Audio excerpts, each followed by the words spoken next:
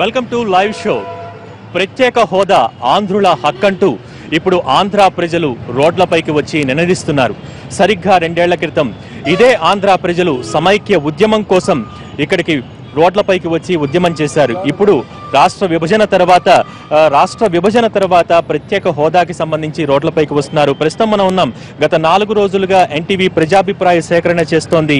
ప్రత్యేక హోదా ఎందుకు కావాలి, ప్రత్యేక ప్యాకేజీ ఎందుకు వద్దు, ప్రత్యేక హోదా వల్ల వచ్చే లాభాలేంటి, ఇటువంటి అంశాల మీద ఎన్టీవీ ప్రజాభిప్రాయ సేకరణ చేస్తూ విశాఖపట్నం, రాజమండ్రి, ఆ తర్వాత ఏలూరులో ప్రజాభిప్రాయ సేకరణ నిన్నటిదాకా చేశాం.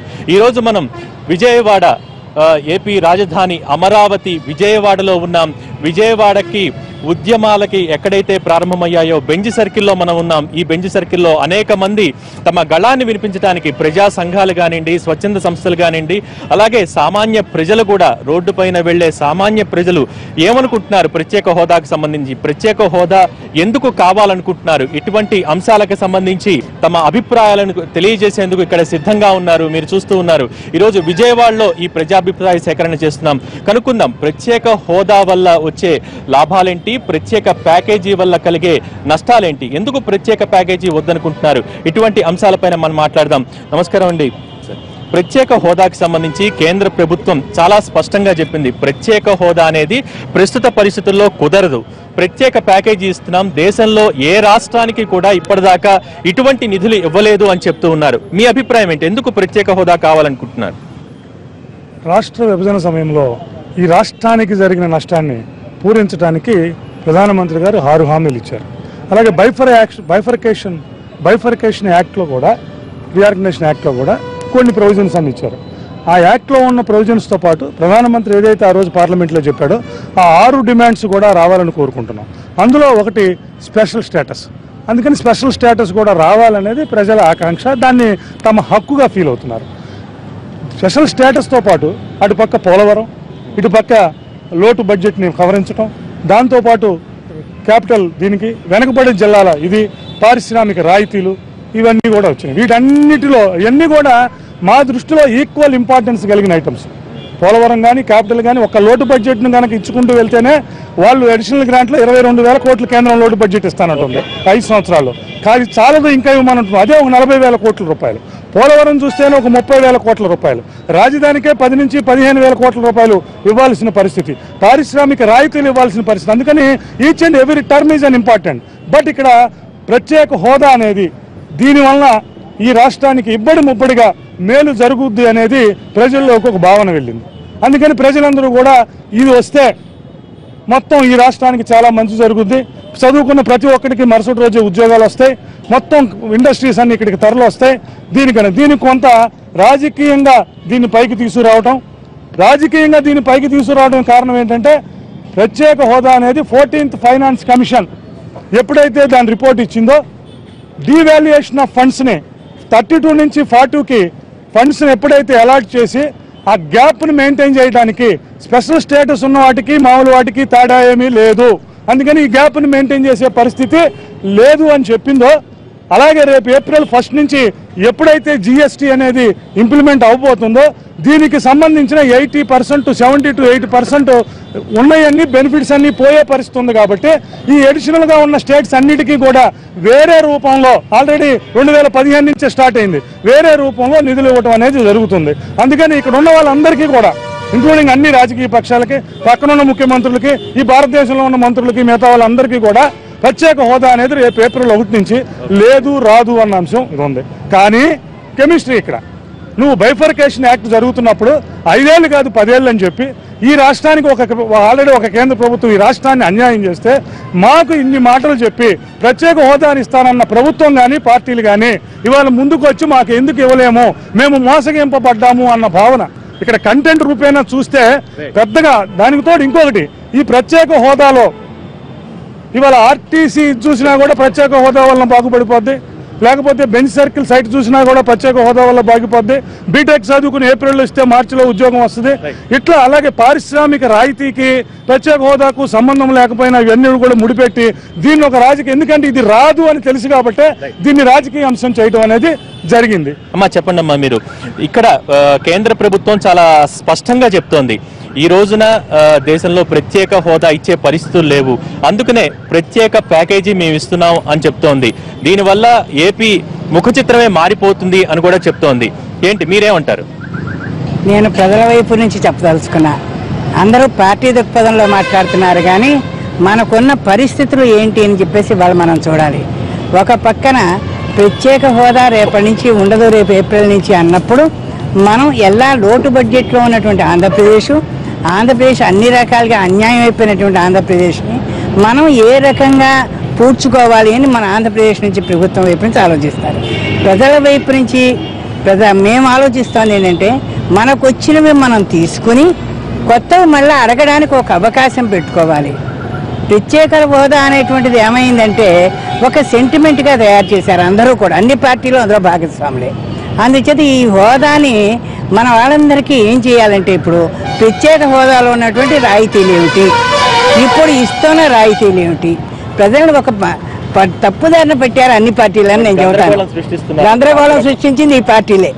అంచేత పార్టీ దృక్పథంతో నేను ఇప్పుడు అసెంబ్లీ కూర్చొని వస్తున్నాం. మనం చూస్తే పార్టీ దృక్పథం కంటే నేనైతే కూడా ఒక ప్రజాప్రతినిధిగా చేస్తున్నాను కాబట్టి నేను చెప్పబోయేదంటే వన్స్ వి ఎలక్టెడ్ మనం ప్రజలకి ప్రతినిధులు, ప్రజల అభిప్రాయాలు ఎట్లా ఉన్నాయని ఎంతమంది ప్రయత్నం చేశారో నాకైతే తెలియదు. కానీ నిన్న అసెంబ్లీ చూశాక అసలు హోదా గురించి అసలు ఈ ప్యాకేజీ గురించి వివరణ పూర్తిగా అందరికీ తెలిసిందా లేదా అన్న మనం వచ్చింది.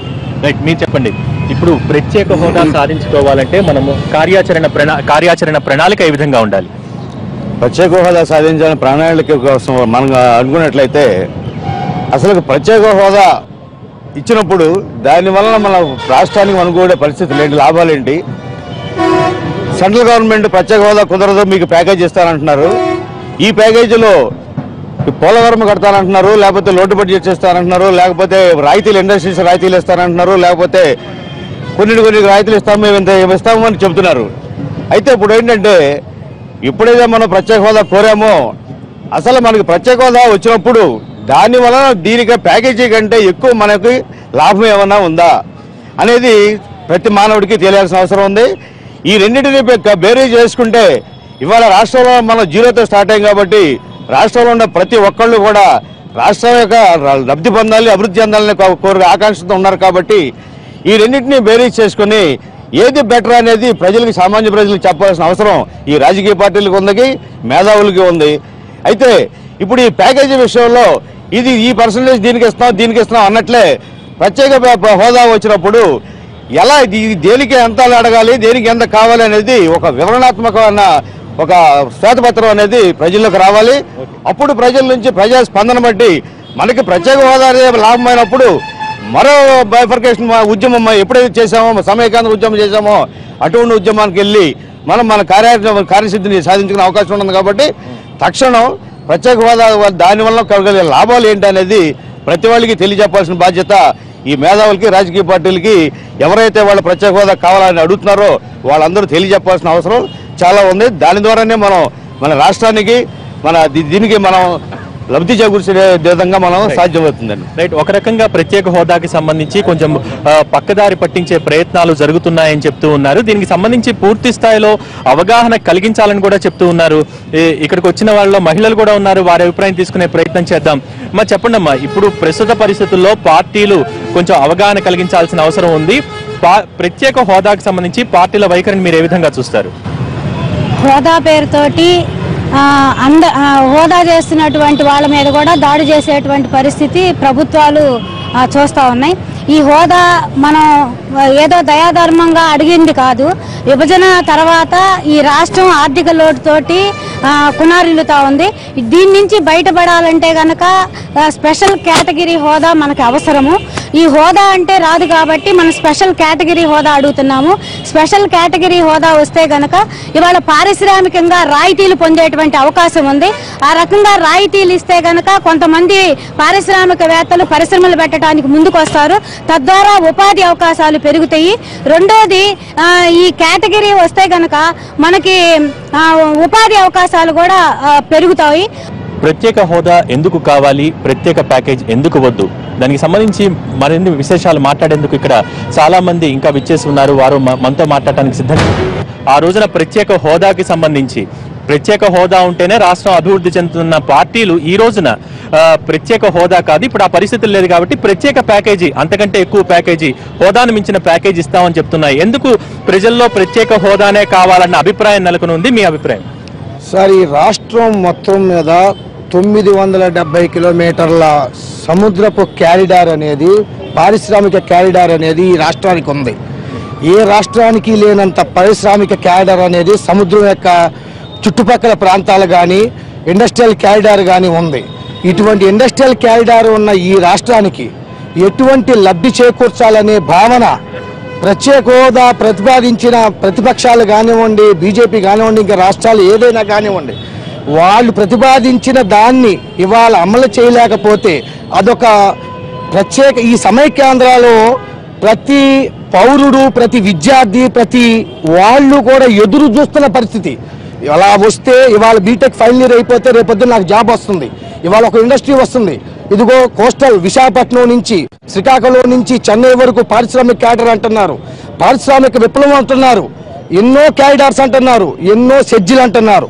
వీటన్నిటి యొక్క ఉపయోగం ఎవరైనా ఒక ఇండస్ట్రీ ఎందుకు పెట్టాలండి? ఇండస్ట్రీ పెట్టాలంటే అతనికి రాయితీ కావాలి, ఇండస్ట్రియల్ పెట్టాలంటే తనకి పెట్టుబడిలో రాయితీ రావాలి, లాభం రావాలి, అన్నీ రావాలి. అవన్నీ రావాలంటే తను ముందుకు రావాలంటే ఏదన్నా ప్రభుత్వం రాయితీ ఇస్తే ముందుకు వస్తాడు. అలా ముందుకు వస్తే ఇండస్ట్రీ వస్తుంది, ఇండస్ట్రీ వస్తే ఉద్యోగ కల్పన జరుగుతుంది. అందుకని మేము ప్రత్యేక హోదా కావాలని బలంగా కోరుకుంటున్నాం. ప్రత్యేక హోదాకి సంబంధించి చూసుకుంటే అంటే పారిశ్రామిక రాయితీ వస్తుంది కాబట్టి, రాయితీ వస్తే ఇక్కడ పరిశ్రమలు వస్తాయి, తద్వారా ఉద్యోగాలు కూడా వస్తాయని చెప్తున్నారు. ఏది ఏమైనా ప్రత్యేక హోదాకు సంబంధించి రాయితీ గురించి అందరూ మాట్లాడుతున్నారు, కానీ ఏదైతే 30% ఎక్స్ట్రా రాయితీ ఉందో అది మేము వేరే రూపేణా ఇస్తామని చెప్తుంది అటు కేంద్ర ప్రభుత్వం కానీ ఇటు రాష్ట్ర ప్రభుత్వం కానీ దాన్ని స్వాగతించే పరిస్థితి. మీరేమంటారు? ప్రత్యేక హోదాను మరియు ప్యాకేజీ విషయాల్లో పెద్ద చర్చ జరగాలన్న ఉద్దేశం. కేంద్ర ప్రభుత్వం ఏదైతే ప్యాకేజీని ప్రకటించిందో దాని మీద శ్వేతపత్రం విడుదల చేయాలి. కేంద్ర ప్రభుత్వం ఏదైతే మనకు ప్యాకేజీ ఇస్తుందో అది ఆంధ్ర రాష్ట్రానికి ఉపయోగపడుతుందా లేదా అనే విషయాన్ని మేధావులు మరియు రాజకీయవేత్తలు మరియు ప్రభుత్వం మొత్తంగా ప్రజలకు వివరించి చెప్పాల్సిన అవసరం ఉంది. ఇప్పుడైతే వాస్తవంగా పోలవరం ప్రాజెక్టుకి మనకి 60%, 40% బేసిస్లో కేంద్ర రాష్ట్ర ప్రభుత్వాలు మరి దాన్ని కట్టాల్సిన పరిస్థితి అయితే ఉంది. కానీ తర్వాత మన ప్రభుత్వం, రాష్ట్ర ప్రభుత్వం 90%, కేంద్ర ప్రభుత్వం 90%, రాష్ట్ర ప్రభుత్వం 10% బేసిస్ మీద కట్టమని అడిగింది. కానీ ఈ ప్యాకేజీలో ప్రకటించిన ప్రకారం 100% నిధులు పోలవరానికి కేటాయిస్తున్నాం, పోలవరం మేమే కడతామని కేంద్ర ప్రభుత్వం వివరించింది. ప్యాకేజీకి ఒక చట్టబద్ధత ఉంటే బాగుంటుందని కోరుకుంటూ ఉన్నారు కొంతమంది.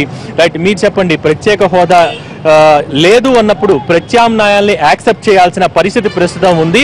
సో ఆ విధంగా ముందుకు వెళ్తే కనుక అభివృద్ధి సాధించవచ్చు అనేది ప్రభుత్వ ఉద్దేశంగా ఉంది. మీ అభిప్రాయం?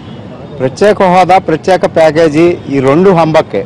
ప్రత్యేక ప్యాకేజీ కానీ ప్రత్యేక హోదా కానీ ఈ రెండిట్లో ప్రత్యేక ప్యాకేజీలో అనౌన్స్ చేసినవన్నీ ఆల్రెడీ పార్టీ ఇప్పుడు ఏ అధికారంలో ఉన్న పార్టీలన్నీ వాళ్ళ మేనిఫెస్టోల్లో పెట్టినాయే. దాంతోపాటు ప్రత్యేక హోదా కూడా వాళ్ళ మేనిఫెస్టోలో ఉంది. కాబట్టి ఈ ప్యాకేజీలో పెట్టిన విషయాలన్నీ ప్రత్యేకంగా ప్యాకేజీ అని మోసం చేయాల్సిన పని లేదు. ప్రత్యేక ప్యాకేజీలో ఉన్న విషయాలు మేనిఫెస్టోలో ఏమేమి పెట్టారో అవన్నీ ఇంప్లిమెంట్ చేస్తే ఈ ప్రత్యేక ప్యాకేజీలో వచ్చినవి అన్నీ వస్తాయి. దాంతోపాటు ప్రత్యేక హోదా కూడా ఇచ్చి తీరాల్సిందే. తీరకపోతే మాత్రం ఈ ఆంధ్ర రాష్ట్రానికి ఇప్పుడున్న ప్రభుత్వాలు తీరని అన్యాయం చేసినట్లే అవుతుంది. కాబట్టి ఖచ్చితంగా రెండు ఇవ్వాల్సిందే. రైట్, అలా అయితే ప్రస్తుతం ఇప్పుడు గత రాబోయే 10 ఏళ్లలో స్థాపించాల్సినవన్నీ కేవలం 2 ఏళ్లలోనే మేము స్థాపించామని కూడా చెప్తున్నారు. కాబట్టి ప్రత్యేక హోదా అవసరం లేదు, ప్రత్యేక హోదా అనేది ఒక లిమిట్ వరకు, కానీ ప్రత్యేక ప్యాకేజీ వల్ల ఆంధ్రప్రదేశ్ స్వరూపమే మారిపోతుందని చెప్తున్నారు. బీజేపీ టీడీపీ నాయకుల మాటలు పచ్చి అబద్ధాలనేసి ఈరోజు స్పష్టంగా అర్థమవుతున్నాయి. ఈరోజు వాళ్ళు ప్రకటించినవన్నీ గతంలో కాంగ్రెస్ పార్టీ ఏదైతే పార్లమెంట్ సాక్షిగా ఈ చట్టం చేస్తున్న తెలంగాణ విభజన సందర్భంగా ఏవి ప్రకటించారో అవి మాత్రమే ఈరోజు మళ్ళీ నిన్న జైట్లీ గారి సమావేశంలో ప్రెస్ మీట్లో చెప్పారు. అంతకన్నా ఒక్క ముక్క వాళ్ళు చెప్పినా ఆంధ్ర రాష్ట్రం అంగీకరించే అవకాశం ఉంది, కానీ ఏ ఒక్కటి లేదు. కేవలం నాటకాలు. అయితే ప్రత్యేక హోదా అనే దానికి ఈ ప్యాకేజీ ఏమాత్రం సాటి లేదు, దీంతో ఎటువంటి లాభం లేదు. ప్రత్యేక హోదా వస్తేనే ఈ రాష్ట్రంలో 14 లక్షల మంది ప్రతి సంవత్సరం విద్యార్థులు చదువుకొని బయటకు వస్తున్నారు. ఈరోజు చంద్రబాబు నాయుడు గారు ఎన్నికల ముందు చెప్పారు ఇంటికి ఉద్యోగం ఇస్తానని. ఈ ఉద్యోగం ఇవ్వాలంటే హోదా వస్తే ఈరోజు అనేక పరిశ్రమలు ఇక్కడ రావడానికి, చంద్రబాబు గారు ఇచ్చినటువంటి వాగ్దానాన్ని ఈ ప్రజల్లో అమలు చేయడానికి ఈరోజు అవకాశం ఉంటుంది. కానీ ఈరోజు బీజేపీ చెప్పే మాటలకి టీడీపీ కానీ వంతు పాడడం ఓ రకంగా దుర్మార్గంగా 5 కోట్ల మంది ప్రజల నోట్లో మట్టి కొట్టినట్లు అర్థమవుతున్నది. రెండో వైపు కనీసం విశ్వవిద్యాలయాలను ఏర్పాటు చేస్తాం, ఈ రాష్ట్రంలో 14 జాతీయ విద్యాసంస్థలను ఏర్పాటు చేస్తామని చెప్పారు.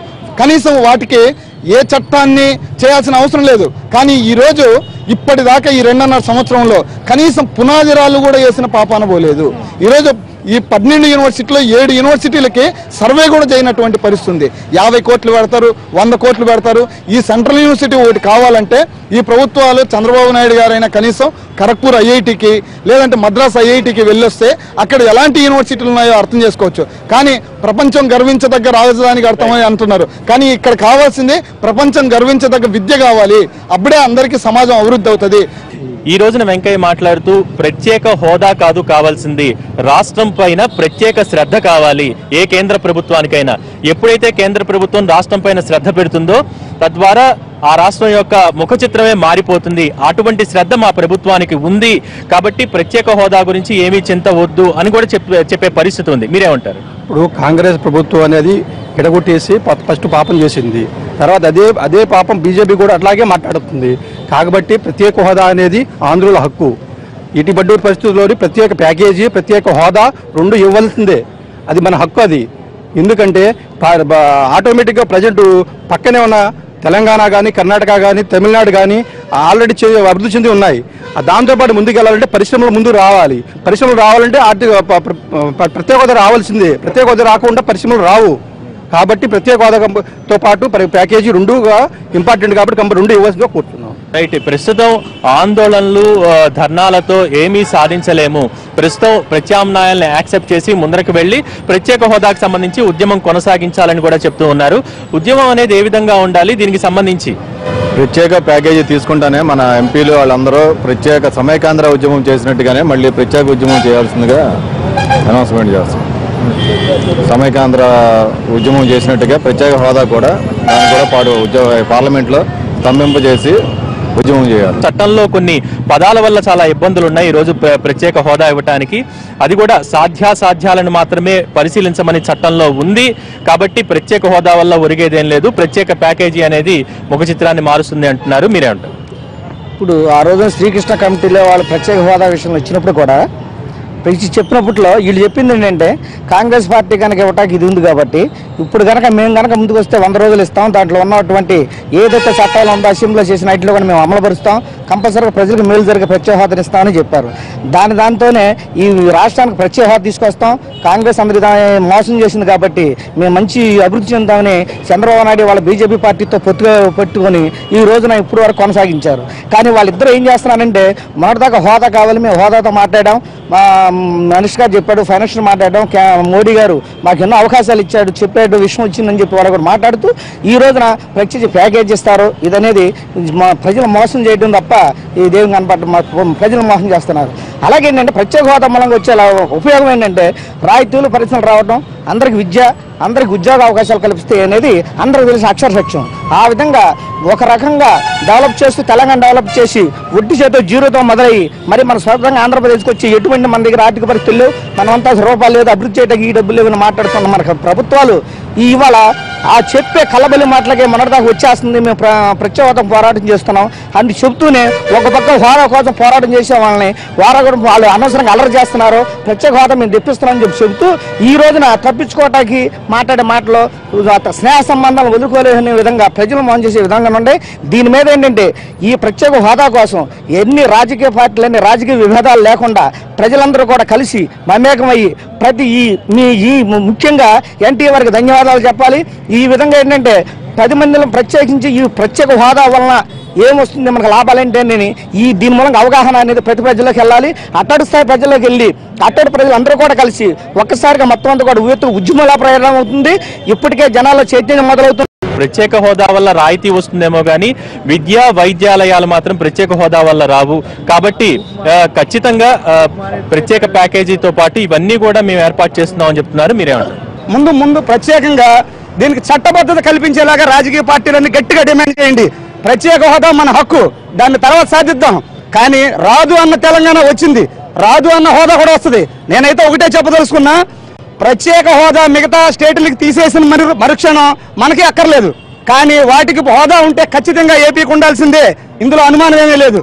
కానీ ఈ హోదాలు కళ్ళబొల్లి మాటల్లో ఏదైతే చెబుతున్నారంటున్నారో వీటికి చట్టబద్ధత ఖచ్చితంగా కల్పించండి.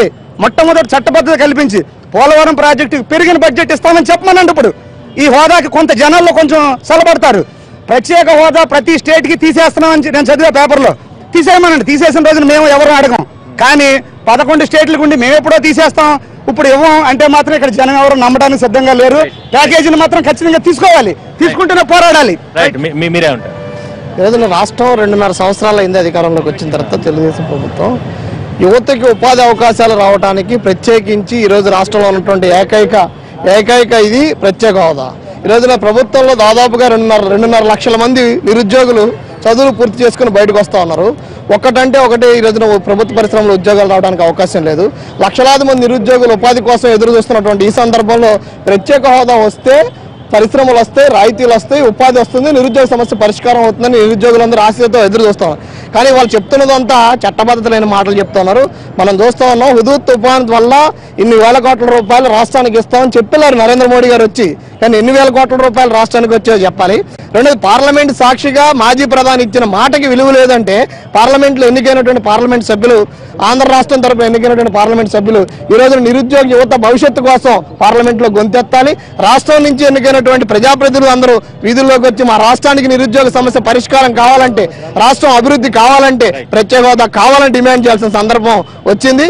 ఆ రోజున చట్టం చేసినప్పుడు దాంట్లో కొన్ని పదాల తప్పుల వల్ల కూడా ఈ రోజు మేము న్యాయం చేయలేకపోతున్నాం. దాంట్లో కేవలం సాధ్యాసాధ్యాలని మాత్రమే లెక్కించాలని చెప్పింది. ఈ రోజున అవన్నీ పక్కన పెట్టి మేము పూర్తి స్థాయిలో ప్యాకేజ్ ఇచ్చి అభివృద్ధికి ముందుకు వెళ్తున్నామని చెప్తూ ఉన్నారు. మీ అభిప్రాయం ఏంటి? ప్రత్యేక హోదా సాధించుకోవటానికి ఇంకా తలుపులు తెరిచే ఉన్న మార్గం సుగమం ఉందని మనం భావించాల్సిన అవసరం ఎంతవరకు ఉంది? ప్రత్యేక ప్యాకేజీ అనే మాట మటుకు పూర్తిగా అంబక్, అందులో అనుమానమే లేదు.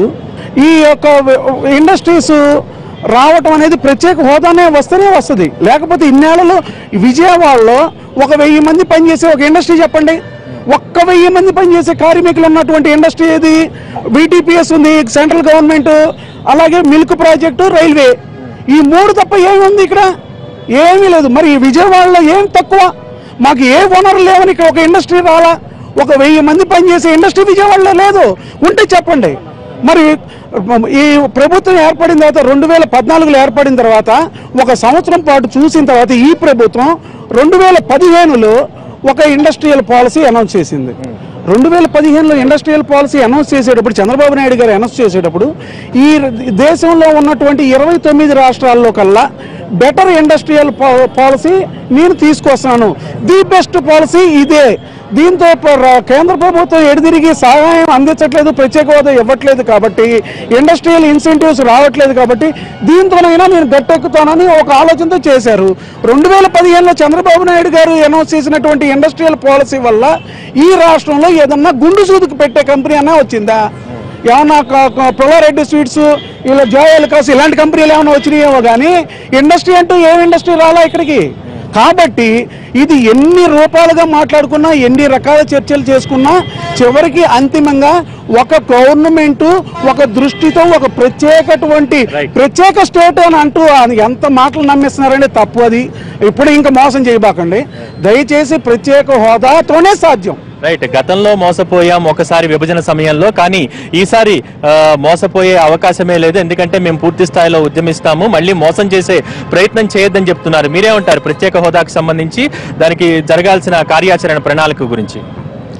ఇప్పుడు మనం బీజేపీతో అలయన్స్ పెట్టుకున్న తెలుగుదేశం పార్టీ ప్రత్యేక హోదా తెస్తాము అని మేనిఫెస్టోలో పెట్టిన తర్వాతే ప్రజలందరూ నమ్మి మనం విభజన అనివార్యం, తప్పదు. ఇక మన విభజన జరిగిపోతుంది. హైదరాబాద్లో ఉన్న ఐటీ ఇండస్ట్రీస్ కానివ్వండి, ఎడ్యుకేషన్ హబ్స్ కానివ్వండి, అన్నీ అక్కడే ఉన్నాయి.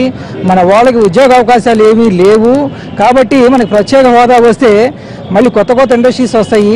వాటిలో వచ్చే ఎగ్జామ్షన్స్ వల్ల అన్ని ఇండస్ట్రీస్, పెద్ద పెద్ద ఇండస్ట్రీస్ హైదరాబాద్లో ఏవైతే వచ్చినాయో అవన్నీ కూడా విజయవాడలో వస్తాయి.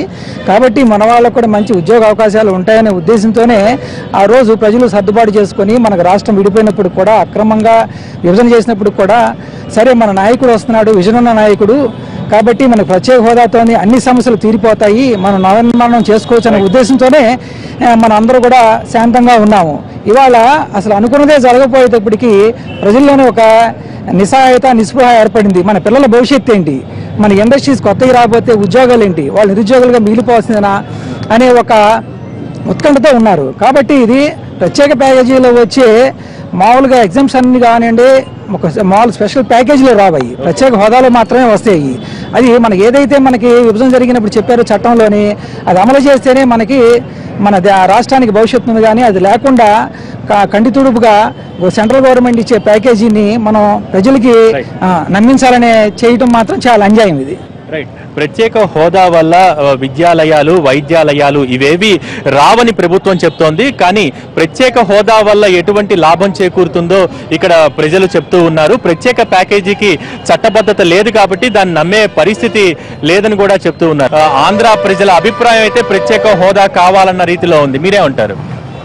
ఇవాళ ఆంధ్రప్రదేశ్ రాష్ట్రం విభజన అనేది ఒక రాజకీయ కోణంలో, రాజకీయ లబ్ధి కోసమే ఈ రాష్ట్ర విభజన అనేది జరిగింది. ఆ రోజున విభజన చేసినప్పుడు ఉన్న అపోజిషన్ పార్టీ ఆ రోజు రూలింగ్లో ఉంది. ఆ రోజున రూలింగ్లో ఉన్న పార్టీ ఇద్దరూ కలిసి కూడా ఆ రోజున విభజన చేసేటప్పుడు ప్రత్యేక హోదా మేము కల్పిస్తామని చెప్పి ఆ రోజు పార్లమెంట్ సాక్షిగా చెప్పడం జరిగింది. కానీ ఈ రోజు అది ఇవ్వడానికి అవకాశం లేదు అనేది వాళ్ళ ప్రస్తుతం పరిపాలించే కేంద్ర ప్రభుత్వం దాన్ని ఇవ్వడానికి ఎట్టి పరిస్థితుల్లోనూ అవకాశం లేదని చెప్పడం జరిగింది.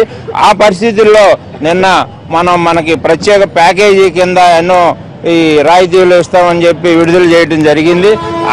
అందులో కూడా నిర్దిష్టంగా ఇప్పుడు ఉన్న కేంద్ర విద్యాలయాలు కానివ్వండి, యూనివర్సిటీలు కానివ్వండి, అవి ఎప్పటికీ పూర్తి అవుతాయి, ఎంత ఇస్తారు ఏంటి అనేది కూడా టైం బాండ్ అనేది దాంట్లో మెన్షన్ చేయలేదు. ఇప్పుడు ప్రకటించిన విద్యాలయాలు కానివ్వండి, సంస్థలు కూడా ఇంత మట్టికి ఏ రాష్ట్రమైన అభివృద్ధి చెందాలంటే పరిశ్రమలు రావాలా, దాని వల్ల ఉత్పత్తి రంగంలో ఉత్పత్తి పెరగాల, దాంట్లో ఆదాయం పెరగాల, రాష్ట్ర అభివృద్ధి ఇవ్వాలా. ఆంధ్రప్రదేశ్ రాష్ట్రంలో అంతకుముందు ఎటువంటి ఇక్కడ పరిశ్రమలు అనేవి లేవు. అన్ని కూడా తెలంగాణ, హైదరాబాద్లో పరిశ్రమలన్నీ నెలకొల్పడం జరిగింది. దరిమిల మన ఆదాయం అంతా కూడా 60% హైదరాబాద్, తెలంగాణ రాష్ట్రానికి వెళ్ళిపోవడం జరిగింది. ఆంధ్రప్రదేశ్ రాష్ట్రంలో ఇవాళ ఆదాయం అనేది లేదు. ఆంధ్రప్రదేశ్ రాష్ట్రం ప్రభుత్వం మనుగడ సాగించాలి, ఇక్కడ అభివృద్ధి జరగాలంటే కనుక ఇవన్నీ కూడా నిర్దిష్టమైన ప్రణాళిక రూపొందించి ప్యాకేజీ అయినా సరే ఇప్పుడు ప్రత్యేక హోదా ఆ రోజు పార్లమెంటు సాక్షిగా చెప్పిన దాన్ని అమలు చేయనప్పుడు ఈ రాయితీలు అనేవి కూడా, ప్రత్యేక రాయితీలు అనేది కూడా రేపు ఎంతవరకు దీన్ని ఇవాళ ఈ గవర్నమెంట్ ఎన్నాళ్ళు ఉంటుంది, రేపు వచ్చే గవర్నమెంట్ దీన్ని అమలు చేస్తుందా లేదా, ఇవన్నీ కూడా మీరు నిర్దిష్టమైన దానికి ఫిగర్స్ దాంట్లో పెట్టాలి. దాన్ని పూర్తి అట్లాగే కాలపరిమితి కూడా పెట్టాలి. పెట్టి దాన్ని అమలు చేయడానికి దాన్ని చట్టబద్ధత చేయాలని అవసరం ఉందా, ఎంతైనా ఉందనేది మేము కోరుకున్నాం. ప్రత్యేక హోదా కాదు, ప్రత్యేక ప్యాకేజీని ఆహ్వానిద్దామన్నా దాన్ని విద్యా వైద్యాలయాలు అయితే ప్రత్యేక హోదా వల్ల రావు, అవన్నీ మేము ప్రత్యేక ప్యాకేజీ కేటాయించి మిగతా రాష్ట్ర అభివృద్ధికి పూర్తి స్థాయిలో చిత్తశుద్ధితో ఉన్నాము, ప్రత్యేక శ్రద్ధ పెట్టామంటున్నారు. ఈ సమయంలో కూడా ప్రత్యేక హోదా మనం తీసుకురావాల్సిన అవసరం ఎంతవరకు ఉందంటారు? ఓవరాల్ యాంకర్ ఇండస్ట్రీస్ రావాలి. యాంకర్ ఇండస్ట్రీ వస్తేనే ఎస్ఎంఈ సెక్టర్ డెవలప్ అవుతుంది. కాబట్టి మరి ఇండస్ట్రీ డెవలప్ అవ్వాలి, ఎంప్లాయ్మెంట్ జనరేషన్ అవ్వాలంటే డెఫినెట్గా స్పెషలిటీస్ రావాలి. అసలు బేసిక్గా విజయవాడ బెయిజింగ్ క్యాపిటల్ సిటీ అయినా కూడా మనకి అన్ఫార్చునేట్గా ఒక ఇంటర్నేషనల్ ఎయిర్పోర్టే లేకపోయింది. వాళ్ళు ఫారిన్ కంపెనీస్ నుంచి వాళ్ళ సీఎం గారు కష్టపడి ఏషియన్ కంట్రీస్, యూరోపియన్ కంట్రీస్ అన్ని చోట్ల నుంచి కూడా చాలా మంది ఇండస్ట్రీస్ కలిసి విజయవాడ తీసుకొచ్చినా సరే మేజర్ 2 hours కలిసిన వాళ్ళ మీటింగ్ ఏం చెప్తున్నారంటే మేము when we can come from Tokyo to Vijayawada direct, when we come to Singapore to Vijayawada direct అంటున్నారు. ఎందుకంటే ఒక ఏషియన్ కంట్రీ నుంచి హైదరాబాద్ రావడానికి 4 hours పడితే హైదరాబాద్ నుంచి మన ప్లేస్ రావాలంటే మళ్ళీ 8 hours 9 hours పడుతుంది. ఒక ఇండస్ట్రీ అందులో గ్లోబల్ ప్లేయర్స్ వచ్చేటప్పుడు ఏం చేస్తారంటే అది వరల్డ్ వైడ్ చూస్తారు. యాక్చువల్గా వరల్డ్ వైడ్ చూసినప్పుడు ఒక విజయవాడగా రావాల్సిన అవసరం ఉంది, అన్లెస్ ఏదో ఒక అట్రాక్షన్ లేకపోతే కాబట్టి ఇది మేజర్ ఇష్యూ. డెఫినెట్గా దీన్ని అంత ఎర్లీగా చేస్తాను ప్రాబ్లమ్ సాల్వ్ అవుతుంది నా ఉద్దేశం. ఇంకా ప్రత్యేక హోదా సాధించుకోవడానికి అవకాశాలు ఉన్నాయా? ఉంటే కనుక పార్టీలు కానివ్వండి, ప్రజా సంఘాలు కానివ్వండి, ఎటువంటి కార్యాచరణ ప్రణాళిక సిద్ధం చేసుకోవాలంటారు?